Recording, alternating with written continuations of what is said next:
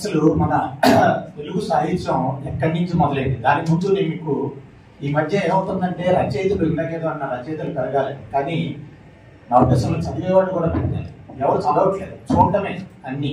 WhatsApp వచ్చింది, ఏదైనా సరే చూసుకోవడమే తప్పించి చదువుకునేది మర్చిపోతున్నారు.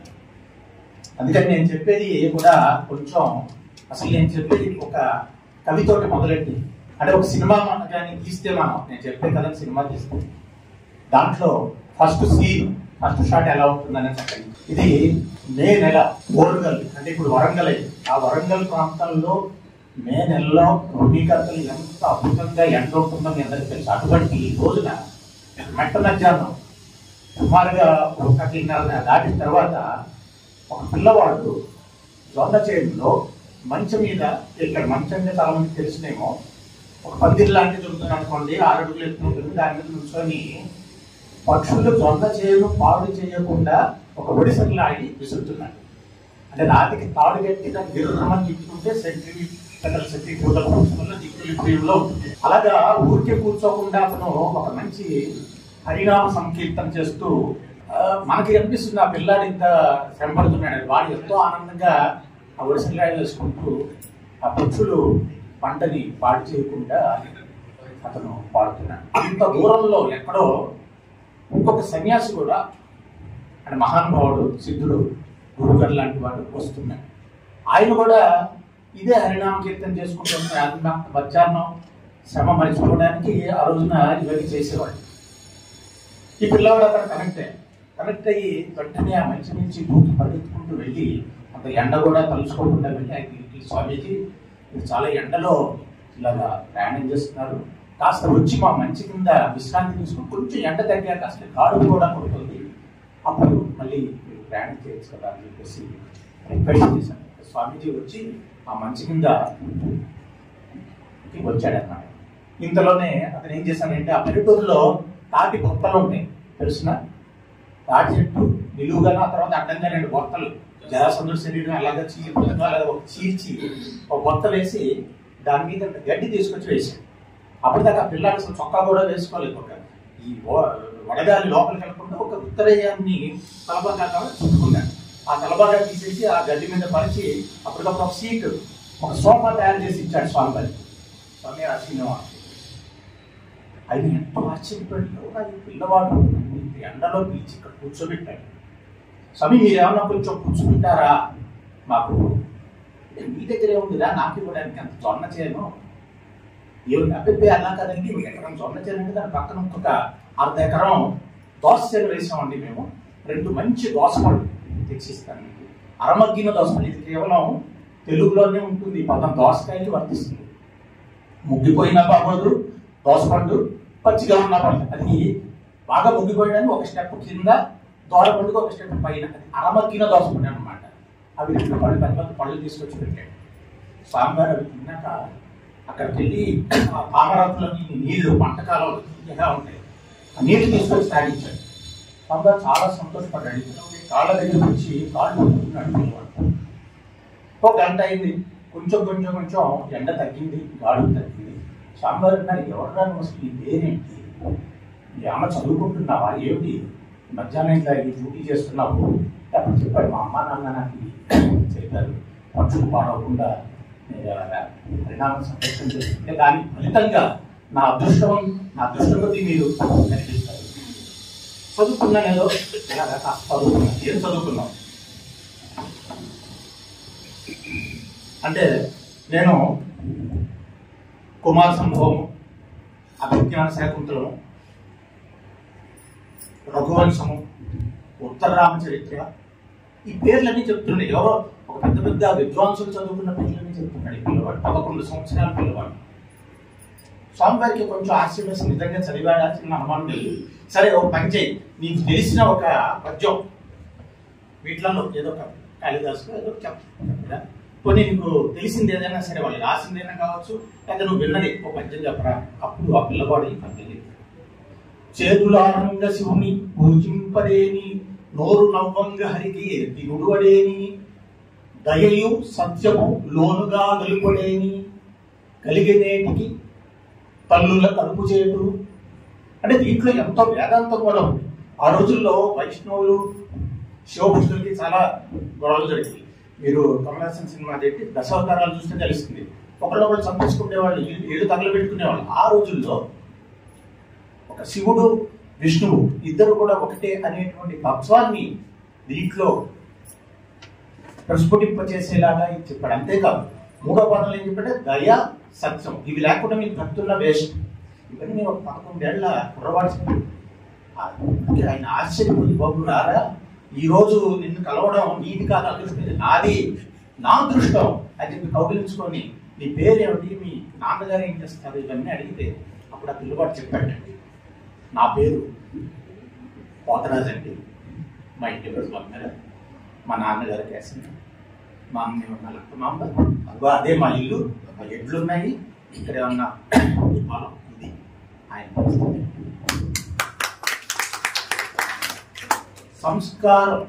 సంస్కారం కాదు. మనం ఇప్పుడు సంస్కారం కోసం ఇది పెద్దల నుంచి చిన్నలకు వచ్చేది. సంస్కృతి నుంచి సంస్కారం వస్తుంది, భాష నుంచి సంస్కారం వస్తుంది.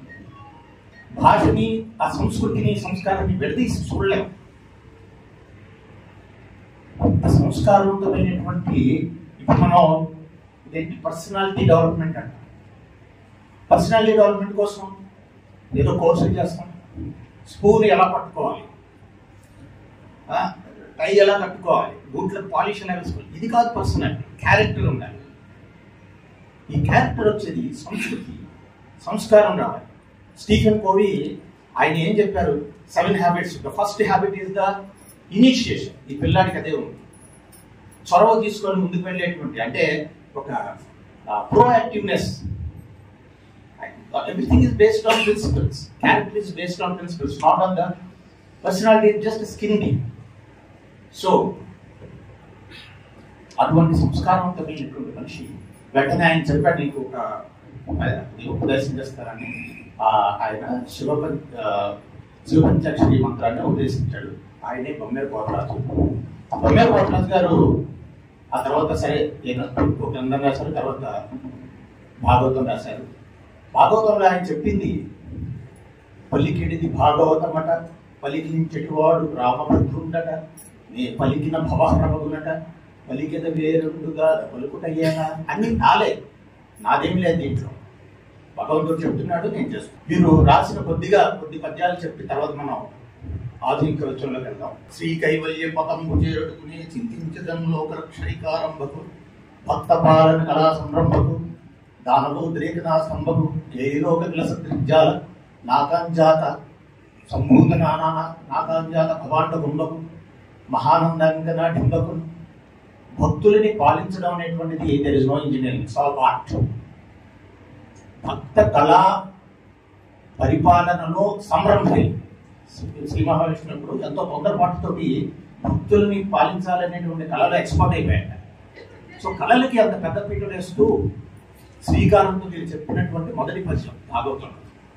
ఆ తర్వాత వాలిన భక్తి మృక్తిదన వారిద తాండవ కేలికి శూలికి శిఖరిజా ముఖపద్మయూఖామాలికి బాల శశాంక మౌలికి కబాలికి మన్మథ గర్భ పర్వతోన్మూలికి నారదాని ముఖ్య మనస్సు సరిశీలుహాలికి. అటువంటి వారికి నేను వారిని భక్తి మొక్కద. అంటే దీనిలో మరొక సంస్కారం ఏంటంటే, శివుణ్ణి పూజించేటప్పుడు మనం పార్వతీదేవిని కూడా పూజించాలి. ఆ పదాన్ని శిఖరిజ ముఖ పద్మ మయూఖామాలికి, ఆ శిఖరిజ ముఖ ఆవిడ పార్వతీదేవి యొక్క ముఖ పద్మాలు వికసించుకోవడానికి కారణభూతమైనటువంటి సూర్యుడు. అటువంటి శివుడిని మనం స్తుతిస్తున్నాం. అంటే అంతకుముందు నేను ఒకసారి ఇంకో దేశం వెళ్ళినప్పుడు వాళ్ళు చెప్తున్నారు, ఇండియాలో లేడీస్ చాలా పెద్దపీట వేస్తున్నారండి. అవును, మన సంస్కృతిలో ఉంది, అప్పటి నుంచి ఉంది. మనకి దేవతల్లో 50% కంటే ఎక్కువ లేడీసే ఉన్నారు. ఇది ఈ రోజు మనం చెప్పింది కదా. ఆ తర్వాత ఒక ఆనవాయితీ ప్రకారం ఈ పరమేశ్వరులు బ్రహ్మదేవుడి మీద ఆతత సేవ చేసిన నవారి ఆతత సేవ చేసిన సమస్త చరాచర భూత సృష్టి విజ్ఞాతకు భారతీయ సౌఖ్య విఘాతకులు నగత్రాతకులు ఘాతకులు నిఖిల లోక శుభ ప్రఘాతకులు. అక్కడ కూడా మళ్ళీ ఆయన బ్రహ్మదేవుడితో పాటు సరస్వతీదేవిని కూడా ప్రస్తుతించారు. ఆ తర్వాత ఆదరము నొక్కిద నవారు ఆదరము నొక్కిద అదృష్ట హృదయాలు రాగ సంపాదికి. దానిలో ఆయన ఏం చెప్తారంటే సామద మూషక సాధికి సుప్రసాదికి. మూషకము అంటే ఎలుక, అది చిన్న జంతువు, నల్లగా ఉంటుంది, చిన్నగా ఉంటుంది. దాని పట్ల కూడా ఆదరణ. ఇందాకే చెప్పాను, దయ అనేది ఉండాలి. అప్పుడే చెప్పాడు ఆయన, దయా సత్యం లేదు, భక్తి అవసరం లేదు. ఒక చిన్న ఎలుక పట్ల కూడా అంత ప్రాధాన్యత ఇస్తూ ఆయన కొనడం చాలా గొప్ప విశేషం. అటువంటి గొప్ప కథ ఆయన. ఫోని తలంబులను మధురమోపుగా నొక్కి నుతింతూ సైకద సోడి జంజరీక జయ సుందరవేణి రక్షితామర శ్రేణికి ఓయజాత చిత్త వశీకరణ వాణికి నక్షదామ శుక వారిజ పుస్తక. ఇక్కడ ఏమైందంటే మామూలుగా ఆ రోజుల్లో మీ అందరికీ తెలుసు, ఎలక్ట్రిసిటీనే లేదు, ఇక ఫోన్లు లేవు, గూగుల్ లేదు, వాట్సాప్ లేవు. సరస్వతీదేవి ఎలా ఉంటుంది ఒక పామర జనానికి ఏ విధంగా అర్థమవుతుంది. అందుకని అప్పుడు బొమ్మరిపోతం గారు ఏం చేశారంటే దాన్ని చాలా సింప్లిఫై చేసి ఒక సింబాలిక్ అంటే ఒక సాంకేతిక లక్షణాలతో సరస్వతీదేవిని వర్ణించి చెప్పినటువంటి పని. సరస్వతీదేవి అంటే 4 చేతులు ఉంటాయి, 4 చేతుల్లో 4 వస్తువులు ఉంటాయి. అవే అక్షదామం, శుక చిలుక, వారిజం పద్మము, పుస్తకం. ఈ 4 చేతుల్లోని 4 వస్తువులు ఉన్నటువంటి స్వరూపమే సరస్వతీదేవిని ఒక సింప్లిఫై చేసి ఒక సాంకేతికంగా నిరూపించి ప్రజల్లోకి తీసుకొచ్చినటువంటి గొప్ప వ్యక్తి. ఆ తర్వాత ఆయన యొక్క జీవితాన్ని మనం కొంచెం చూసినట్లయితే పుట్టం గుట్ట శరంబునన్ మొలవ నంభోయాన ప్రాంతం పాత్రాంబునన్ నెట్టంగలిగిన గాలి కొలవన్ పురాణంబున్ దొరం కొట్టిని. అంటే దాంట్లో ఆయన చెప్పేది ఏంటంటే నేను పుట్టలు పుట్టినవి కాదు, నా మీద పుట్టలో పుట్టిన వాడని కాదు. అలాగే కాళీని కొలవను, కాళికాదేవి అనుగ్రహం లేదు. శరములో అంటే కుమారస్వామి లాగా రెల్లుగడ్డిలో పుట్టినవాడు కాదు. అంటే అంత డౌన్ టు ఎర్త్ ఉండేవాడు. పుట్ట అంటే పుట్టలు పెంచింది వాల్మీకి, మరి పుట్టలో పుట్టింది వ్యాసుడు, కాళీని కొలిచేది కాళిదాసు. వీరెవరూ లేకుండానే నేను ఇంత మహత్కార్యానికి ప్రయత్నిస్తున్నాను అని సరస్వతీదేవిని ప్రార్థిస్తూ నా చేయి పట్టుకొని నువ్వే నడిపించాలి, ముందుకు తీసుకెళ్ళాలని చెప్పి ఆయన ప్రాధాన్యపడ్డారు. ఆయన డౌన్ టు ఎర్త్కి మరొక నిదర్శనం కూడా ఉంది. అలాగే శారద నీరదేందు ఘనసారపణీర మరాల మల్లిక, ఇవన్నీ మీకు తెలిసిన అన్ని ప్రపంచంలో ఉన్న స్వచ్ఛమైన వస్తువులు, తెల్ల వస్తువులు, అటువంటి తెల్ల వస్తువులతో ఆయన పోల్చి చెప్పడం జరిగింది. అంబా నవాంబుజోజ్వల కరాంబుజ. దీనిలో ఆయన చెప్పింది ఏంటంటే భావాంబర విస్తృత విహరిణి. సరస్వతీదేవి అంటేనే క్రియేటివిటీ. ఆ క్రియేటివిటీ ఎలా ఉంటుంది? అంబర వీధులు అంటే విశాలమైన వీధులు, ఆకాశంలో ఉండే ఆ వీధుల్లో ప్రవహిస్తూ ఉంటుంది క్రియేటివిటీ. ఎవరి హృదయాలు అయితే వికసించుకుంటాయో ఆ హృదయాల్లో ఆవిడ కటాక్షిస్తుంది. ఇది దీని భావం. అంటే మనకి బ్రాడ్ మైండెడ్నెస్ ఉండాలి. ఉచిత బుద్ధితో చేసేటువంటి పనులు వాళ్ళకి ఆ కటాక్షం జరగదు. ఇది దీని భావం. ఇటువంటి సంస్కారవంతమైనటువంటి సాహిత్యాన్ని అందజేయడమే కాదు, తెలుగు భాషలో కొన్ని సంస్కరణలు కూడా తీసుకొచ్చారు. అమ్మలగమ్మయమ్మ, ముగురమ్మల మూలపుటమ్మ, సాలదుర్గమ్మ, సురారులమ్మ, కడుపారెడి కూర్చినయమ్మ, కన్నులో ఉన్న మనమ్ముల నుండెడి అమ్మ, దుర్గమాయమ్మ, కృతాబ్ధియుచ్యుత మహత్వ కవిత్వ పటుత్వ సంపద. మీరు పెద్దవాడ కనకదుర్గ గుడికి వెళ్తే అక్కడ ఇది శిలాశాసనం చేస్తుంటారు. అయితే ఇక్కడ ఆ రోజుల్లో సంస్కృతానికి పెద్దపీట మీ అందరికీ తెలిసింది. సంస్కృతంలో వృత్తాలంటే గంభీరమైనటువంటి ఛందస్సు ఉండేటువంటి ఉత్పలమాల, కంపకమాల, శార్దూలము, ಮತ್ತೆ వీటిలలో పద్యం రాసిన వాడే కవి. తెలుగులో రాస్తే దాన్ని వేయట్లేదు, అంత వెలవెలపోతుంది అన్నమాట. ఆ రోజుల్లో ఎందుకు తెలుసు, బీజాక్షరాలన్నీ ఉండేది. ఓం హైం హ్రీం శ్రీం ప్రతిదానికి ముందు బీజాక్షరాలు పెడతారు. అవి ఎవరు పడితే వారు, ఎప్పుడు పడితే అప్పుడు, ఎక్కడ పడితే అక్కడ, ఎలా పడితే అలా ఉచ్చరించుకోవడం. దానికి బోల్డ్ ప్రోటోకాల్స్. ఈ గురువు గారు ఏం చేశారంటే దాన్ని సరళీకృతం చేసి తెలుగులో దానికి తుల్యమైనటువంటి పదాలు సృష్టించారు. అంటే ఎలాగైతే పివి నరసింహారావు గారు మన ఆర్థిక వ్యవస్థలో రిఫార్మ్స్ తెచ్చారో, ఇలాగే తెలుగు భాషలో కూడా ఈయనటువంటి రిఫార్మ్స్ ఇచ్చారు. ఓం అంటే అది మహత్వం. హ్రీం అంటే కవిత్వం.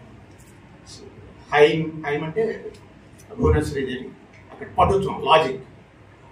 శ్రీం అంటే సంపత్ అయింది.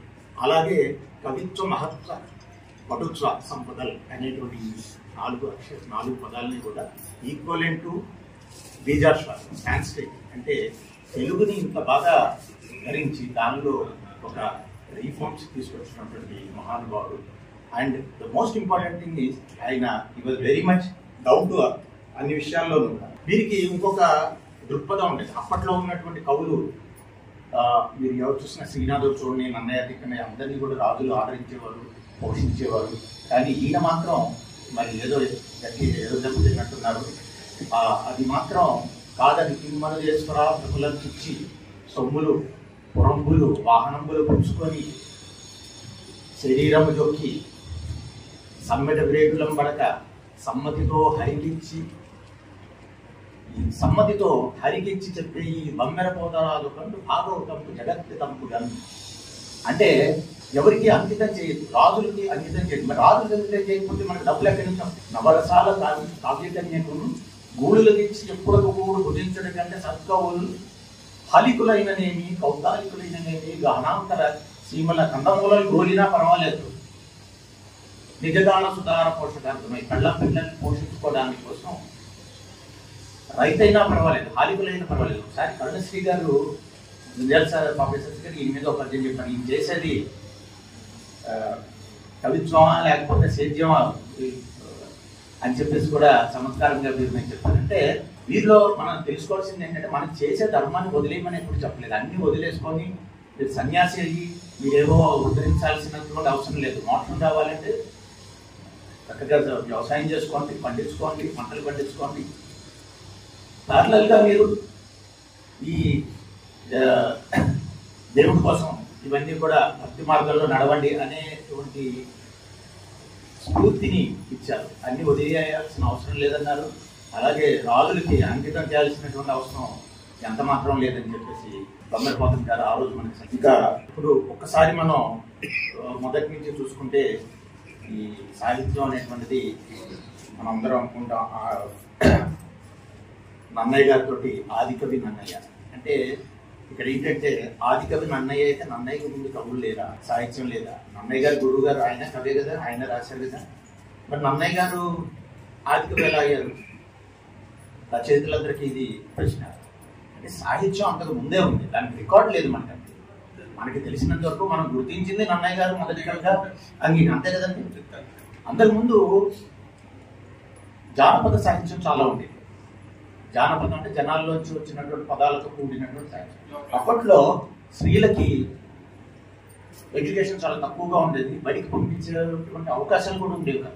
ఎవరో రామాయణం రాసిన వల్ల ఇలాంటి వాళ్ళు తప్ప చాలా మందికి అవకాశాలు లేకపోవడం వల్ల ఆ రోజున సాహిత్యం అంటే కావాల్సినటువంటి గీతాలు అంటే జీవనానికి సంబంధించినటువంటి నాలెడ్జ్ అంతా కూడా వాళ్ళకి ఆ పల్లె సీమల్లో పాడుకునేటువంటి గ్రామీణ సాహిత్యం దాని నుంచే లభించింది. ఆ రోజుల్లో అంటే వాళ్ళకి పెళ్లి పాటలు, గంపుడు పాటలు ఇవన్నీ కూడా జానపద సాహిత్యమే. జానపద గీతాలే వారి జీవన గీతాలుగా వారికి కావలసినటువంటి సౌకర్యాన్ని అంటే వారికి కావలసినటువంటి సంసారం చేసుకోవడానికి కావాల్సినటువంటి నాలెడ్జ్ని చేకూర్చింది. కాకపోతే ఇప్పుడు ఏంటంటే దానికి మనకి రికార్డ్స్ లేవు. అన్నయ్య గారు వాళ్ళు రాసింది రికార్డ్ చేశారు, రాజులు వాళ్ళు ప్రోత్సహించారు, ఉద్ధరించారు, కాబట్టి అది అలా మన దాంట్లో చేయలేదు. ఇది ఒక పాయింట్ చెప్పదలుచుకున్నాను. రెండోది ఏంటంటే నన్నయ్య గారు రాసిన సాహిత్యంలో 75% పైగా అప్పుడు కూడా సంస్కృత పదాలే ఉండేవి. ఆ తర్వాత రాసిన తిక్కన్న గారు వచ్చినప్పటికీ 25% సంస్కృత పదాలు. అప్పటి గురించి సాంస్క్రిట్ డామినేషన్ మన భాష మీద చాలా ఉధృతంగా ఉంది. ఎర్రన్ గారు వచ్చి ఆ రెండింటిని బ్రిడ్జ్ గ్యాప్ని ఆయన ఫిల్ చేస్తూ అప్పుడు కూడా ఆయన మొదట్లో ఎక్కువ సంస్కృత పదాలు వాడుతూ క్రమేపీ తక్కువ సంస్కృత పదాలు వాడి ఎక్కువ తెలుగు పదాలు వాడుతూ ఒక ముగ్గురు కలిసి లిటరరీ ఆర్కిటెక్చరల్ ఆర్ట్గా రామాయణాన్ని సృష్టించి మనకి ఈరోజు అందించారు. అందుకని వారి పవిత్రమని ఆ తర్వాత 16వ శతాబ్దం కవిసార్వభౌముడు శ్రీనాథుడు,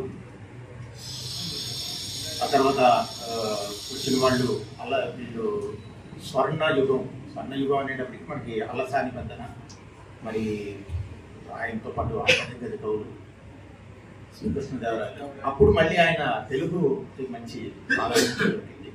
నన్ను అడిగితే అసలు అప్పటి నుంచే బాగా మంచి ప్రాధాన్యత దొరికిందేమో అనిపిస్తుంది.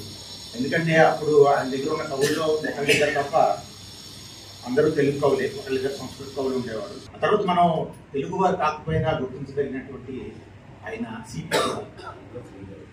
సిపి బ్రౌన్ ఎక్కడో ఆంగ్లేయుడు భారతదేశంలో వచ్చి ఆయన కూడా సివిల్ సర్వెంట్. అంటే ఈ రోజు మన కలెక్టర్ ఈక్వలెంట్ అనమాట.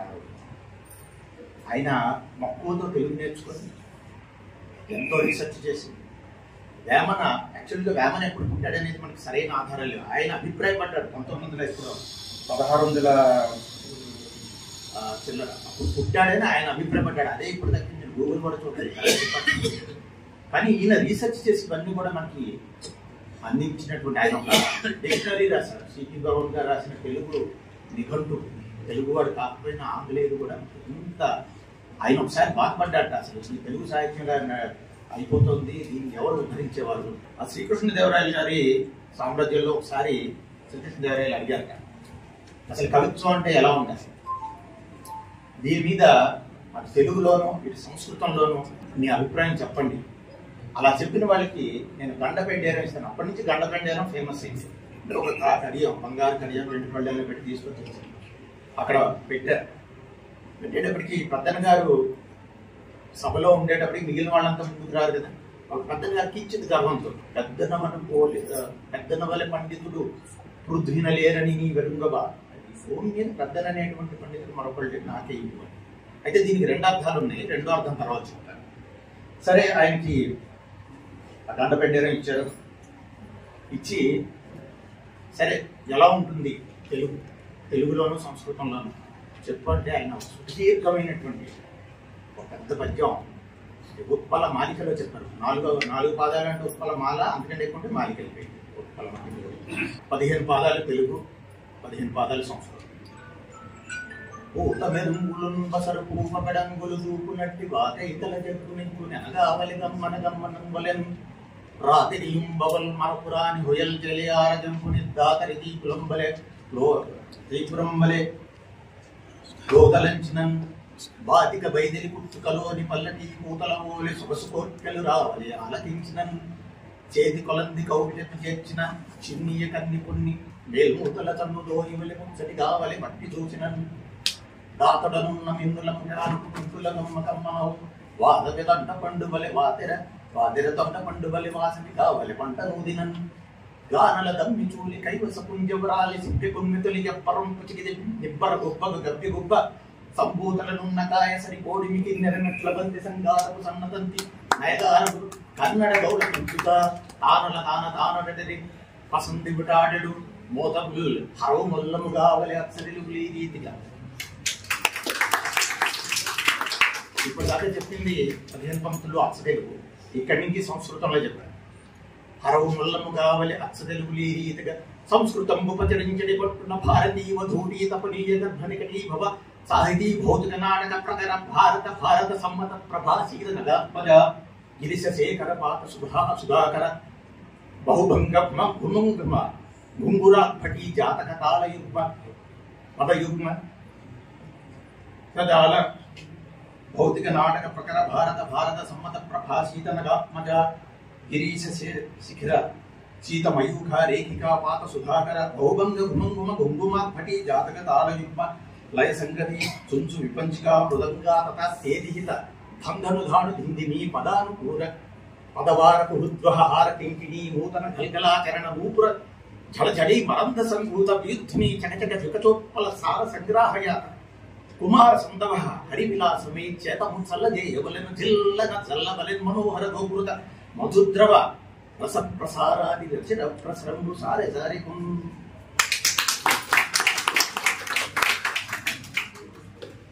ఇటువంటి సుదీర్ఘమైనటువంటి మొత్తం 30 పంక్తులు ఉన్నటువంటి పద్యం తెలుగులో ఎక్కడ లేదు. దీని మీనింగ్ ఒక మాటలో చెప్పాలంటే ఏంటంటే, కవిత్వం అంతా కెమిస్ట్రీ అని చెప్తారు. అంటే పూత మెరుగులలో పై పాట లోతుగా వెళ్ళాలి, చూస్తే అలాగా కెమిస్ట్రీ అని మనసులో ఇదేంటి మన వెంట్రుకలు నెక్కపడుచుకోవాలి. So chemistry.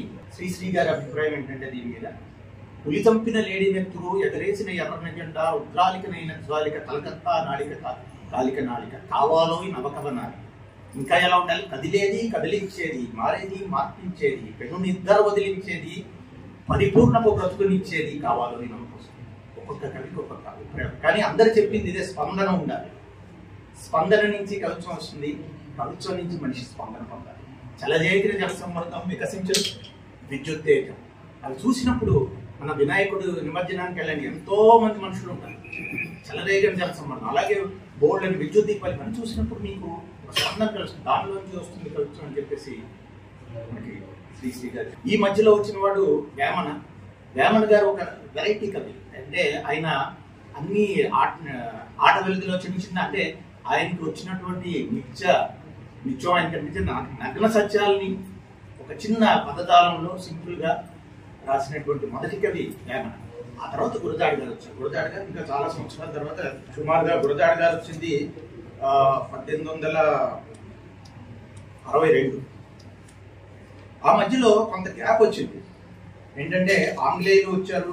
ఆంగ్లేయులు వచ్చి మన దేశాన్ని పరిపాలించడం, అంతకుముందు నిజాములు రావడం, ఇవన్నీ జరిగాక ఈ సాహిత్యంలోనే, సాహిత్య ప్రపంచంలోనే ఒక పెద్ద గ్యాప్ అనేది ఏర్పాటైంది. ఆ తర్వాత వచ్చిన వాళ్ళలో ముఖ్యంగా మొట్టమొదట గురజాడ అప్పారావు గారు అని చెప్పుకోవచ్చు. 62లో ఆయన రావడం, ఆయన మరొక తిరుగుబాటు చేశారు. ఆయన మొదట మీకు ఎంతమంది తెలుసో నాకు తెలియదు, కానీ ఆయన ఇంగ్లీష్లో రాసేవాడు. ఇంగ్లీష్లో కూడా చాలా గొప్పగా పోయిమ్స్ రాశారు. తెలుగులో వృత్తాల్లో రాశారు. ఆ తర్వాత దాన్ని సరళీకృతం చేసి ముత్యాల స్వరాలు, ఇందాక మాస్టర్ చెప్పారు పివి రమణ. అప్పుడు ఆయన సృష్టించినప్పుడు అంటే మాత్రాబద్ధమైన ఛందస్సు, అంత్యాలు ప్రాసుంటే చాలు. అంతకుముందు ఎలా ఉంది? గంభీరమైనటువంటి సాహిత్యం. అంటే గంభీరమైన సాహిత్యం అంటే వృత్తాలు, సంపర్మాల, మధ్యమం, వీటికి ఆ గ్రాంధిక భాషకి సరిపోయింది. ఇప్పుడున్న ఈ ముత్యాల స్వరాలకి వాడుక భాషకి సరిపోయింది. ఏ ఏ ఋతువుల పూసే పువ్వులు ఆయా ఋతువుల అందించడు, బంగారు దుర్గను భక్తిక కొలెచ్చిన పుట్టడి బొమ్మ. వాడుక భాష. ఆయన పూర్ణమైన రాకిన్న అనావర్తిస్తున్నాం, కానీ ఆయన గురుగారు రాకిన్న అనావర్తించారు. ఆయన దస్తూరిలో ఉంది. మీరు ఎప్పుడైనా అమెజాన్లో కూడా పుస్తకం దొరుకుతుంది కొనుక్కోండి.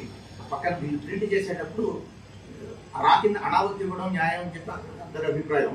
కానీ రాకిన్న నావృత్తి, ఎందుకంటే ఆ యాస మాండలికత, లోకల్ స్పిరిట్ ఆయన అంత బాగా క్యాప్చర్ చేసినట్టు. ఆయన కవిత్వాన్ని గురించి అసలు కవిత్వమేనా అనిపిస్తుంది.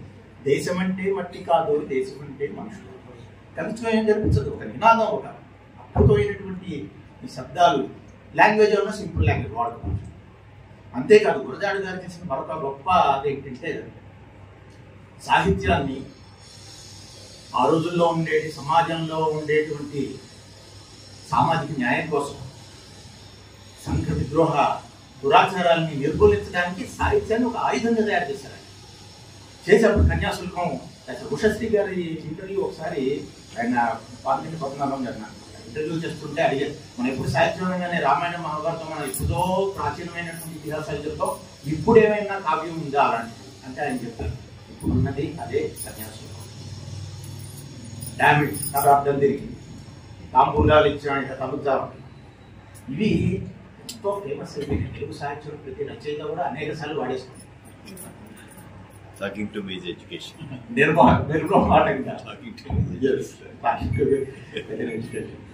గిరీశం ద్వారా ఆ పాత్రలు అంటే అక్కడ కన్యాశుల్కంలో గొప్పతనం ఏంటంటే సబ్జెక్ట్ చాలా సీరియస్ సబ్జెక్ట్. యుతంతు వివాహం, బాల్య వివాహం, కన్యాశుల్కం వెరీ సీరియస్ సబ్జెక్ట్.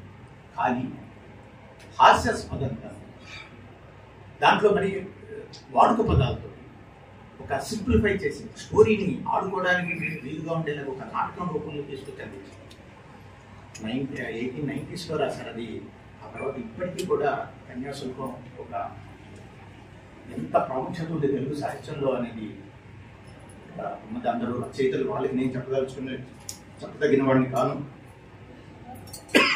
ఆ తర్వాత ఇంకొంచెం ముందుకెళ్తే తిరుపతి వెంకటేశ్వర, కానీ వాళ్ళు ఆయన మళ్ళీ పద్య కవే 75లో, ఆ తర్వాత 85, 87లో వచ్చిన వాళ్ళు విశ్వనాథ సత్యనారాయణ గారు, అబ్బూరు రామకృష్ణ గారు, దేవులపల్లి కృష్ణశాస్త్రి గారు, 2 ఏళ్ళు అనుకోండి చిన్న విశ్వనాథ సత్యనారాయణ గారు. వీరందరూ ఏంటంటే ఒక గ్రాంధిక సాహిత్యం మీద ఒక తిరుగుబాటు మనం అనుకోవచ్చు. ఆ విధంగా భావకవచం తీసుకొచ్చారు. ఆ భావకవచాన్ని దేవరపల్లి వారు దాన్ని ఒక పతాక స్థాయికి తీసుకెళ్లి, ఒక శిఖరాగ్రాన్ని తీసుకెళ్లి, నా కోసం మీరందరూ ఏడవండి, నేను ఈ మేఘాల్లోంచి లేను, అన్ని మేఘాల మీద ఎన్నో పాటలు రాస్తాను అనేటప్పటికి మరొక కవి ఆ తర్వాత వచ్చి ఏడవకండి ఏడవకండి, మీకోసం కలం పట్టుకున్నాను, పతితులార భ్రష్టులార దగాపడిన తప్పులార మీకోసం కలం పట్టు, ఆకాశపు దారటంత హడావుడిగా వెళ్ళిపోయే రథచక్రాలు భూమార్గం పట్టిస్తా, భూకంపం పుట్టిస్తా అని మరొక కవి వచ్చి సాహిత్యానికి ఒక కొత్త ఊపు, కొత్త రూపు, ఎర్ర రంగు కూడా వేశారు. 1930s ది వరల్డ్ నేపథ్యం తీసుకుంటే హంగ్రీ 30s అంటారు. 1930 నుంచి 40 దాకా 10 ఏళ్ళు హంగ్రీ 30s అంటారు. స్పానిష్ వార్ అయింది, రష్యాలో అంతా. అప్పుడు రచయితలందరూ రెండుగా చీలిపోయారు, లెఫ్టిస్టులు, రైట్. ఈ లెఫ్టిస్టులందరూ కూడా డైరెక్ట్ గా స్వాతంత్ర ఉద్యమాల్లో పాల్గొన్నారు. మ్యాక్సిమం గోర్కి చూడండి, అయినా స్వాతంత్ర ఉద్యమాల్లో ఎంత ఆయన ఇన్ఫ్లుయెన్స్ చేశారు. నిజం చెప్పాలంటే తెలుగు కవులు భారతదేశంలో అంటే మనకి స్వాతంత్ర ఉద్యమం మరొక రకంగా ఉంది కాబట్టి అంత ఉధృతంగా వీరి పాత్ర లేదేమో అనిపిస్తుంది. కాకపోతే కొంతమంది అరెస్ట్ అయ్యే వారిలో అడవి బాబు రాశారు. బావా బావా పన్నీరు బాబు పన్నీరు, ఈ పాట ఎవరు రాశారు? ఈ పాట నాకు తెలిసినంత వరకు సినిమాలో 3 చోట్ల ఉంది. దాసరథి గారు వాడుతున్నారు, మాయాబజార్లో వాడుతున్నారు.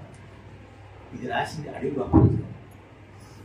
ఆయన ఎంత గొప్ప కదంటే 1000 పడగలు నవలు ఆంధ్ర యూనివర్సిటీ వాళ్ళు ఒక ప్రైజ్ పెట్టారు. ప్రైజ్ ₹1,00,000 ఇస్తారు. కృష్ణా సత్యనారాయణ గారితో పోటీ పెట్టిన వారు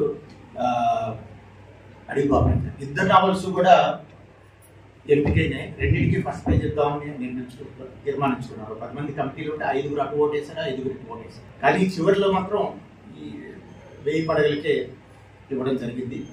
ఆ తర్వాత మరి ఆయనకి అవార్డు, సాహిత్య అవార్డులు ఇవన్నీ వచ్చాయి కాబట్టి అది చాలా ఫేమస్ అయిపోయింది. కానీ అడవి బాబురాజు గారు కూడా ఈ లోకల్ అటువంటి సాహిత్యాన్ని అద్భుతంగా అందించినటువంటి గొప్పవాడు. ఇకపోతే ఇలాగా మనం ముందుకు వెళ్తూ ఉంటే మరొక రకమైన ఏంటంటే విప్లవాత్మకమైన అంటే గద్దరు, తర్వాత చరమండరాజు గారి సాహిత్యం సరే కొన్ని చోట్ల బ్యాన్ చేశారు, మళ్ళీ రిలీజ్ చేశారు, ఇవన్నీ జరిగింది. మళ్ళీ ఈ మధ్య గోరెంట్ల వెంకన్న ఆయన మళ్ళీ అద్భుతంగా ఆయన రాసిన దాంట్లో మళ్ళీ లోకల్ వర్డ్స్, ప్రాంతీయం అంటే కొన్ని గల్లీ చిన్నది గది గది నీవున్న ఇల్లు ఇల్లి కొట్టు కన్న చిన్నది గల్లీ చిన్నది. గల్లీ అనేది ఉర్దూ పదం, గరీబ్ అనేది ఉర్దూ పదం. ఈ ఉర్దూ పదాలు లోకలు అంటే వాడుక భాషలో ఏ పదాలు అయితే ఉన్నాయో వాటిని గుర్తిస్తూ చక్కగా ఒక ఈ సాహిత్యాన్ని అందిస్తుంది. అంతకుముందు ఇంకొక రచయిత గారి ఇంటర్వ్యూలో చూశాను. తెలుగు సాహిత్యం బ్రతకాలంటే ఏంటి, ఎటువంటి ఎలా ఉంటుంది, ఏ భాష రాణిస్తుందంటే ఆయన చెప్పింది ఏంటంటే బార్డర్స్లో మహారాష్ట్ర తెలుగు బార్డర్స్లో లేదా మహారాష్ట్ర కర్ణాటక మహారాష్ట్ర బార్డర్స్లో కొన్ని పదాలు అటు నుంచి ఇటు నుంచి అటు వస్తాయి. కుచ్చిన అనేది తమిళ పదం. ఇట్లా చాలా పదాలు అటు నుంచి ఇటు నుంచి అటు వెళ్తాయి. అలా ఇచ్చిపుచ్చుకుంటూ మనలో నిగుడ్చుకుంటూ మన స్వరూపాన్ని, ఆ భాష అస్తిత్వాన్ని కోల్పోకుండా వేరే వాటిని కూడా తమలో తెలుసుకోగలిగిన సమర్థత ఉండిన భాష మాత్రమే బతికి బట్ట కడుతుంది. దీన్ని బట్టి మనం అర్థం చేసుకునేది మాండలికత కూడా చాలా ఇంపార్టెంట్. దీని మీద ఇప్పుడు పుస్తకాలు కూడా వచ్చాయి. డాక్టర్ సింహారాయణ రెడ్డి గారు కూడా ఒక మాండలికత మీద ఒక పుస్తకాన్ని రిలీజ్ చేశారు. అది చాలా రోజులైంది, అదేదో రేట్ అయింది. ఇక నేను మిస్ అయింది ఒకటే, అది త్యాగరాజు గారు. వీళ్ళందరూ రాజు కానీ రాజు, కోటరాజు, త్యాగరాజు, గొప్పరాజు, రాజులు కారు అంటూ దేశాలను అయితే పరిపాలించలేదు కానీ సాహిత్య ప్రపంచాన్ని పరిపాలించిన వాడు. ఆయన తెలుగు భాష అంటే తెలుగు భాష మీ అందరికి తెలిసిందే, అజంతా భాష, అచ్చులతో అంతమయ్యే భాష. చాలా రేరుగా ప్రపంచంలో అంటే ఇంగ్లీష్లో అలాగా అంతమయ్యేటువంటి భాషలు పదాలు చాలా తక్కువ, తెలుగులో ఎక్కువ. అందుకని సంగీత పరిపుష్టి కలిగినటువంటి భాష. త్యాగరాజు రాసినటువంటి పాటలు ఒక ఎత్తైతే తెలుగు భాషలో రావడం, ఆ భాష వల్ల దానికి అంత ఔన్నత్యము, అంత మాధుర్యము, అంత పూర్ణత్వము, పూర్ణత్వం నిండుతనం తెలుగు అక్షరాలు కూడా చూడండి గుండ్రంగా ఉంటాయి, కోసుకునేలాగా ఉండవు. ఆ స్వభావం ఈ భాషలో ఉంది. అందుకే ఇటాలియన్ ఆఫ్ ద ఈస్ట్ అన్నారు తెలుగు భాషలందు, దేశ భాషలందు తెలుగు లెస్స అని.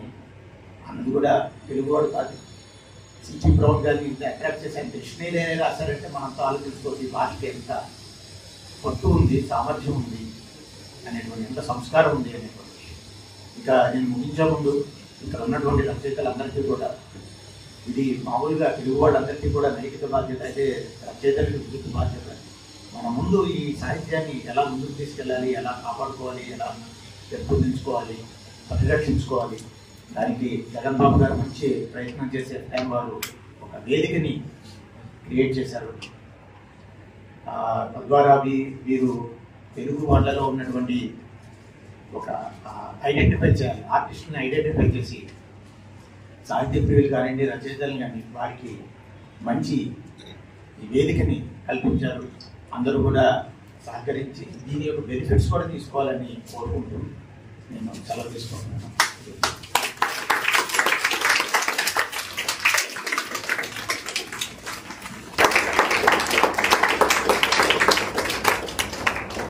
చూసుకోను బాల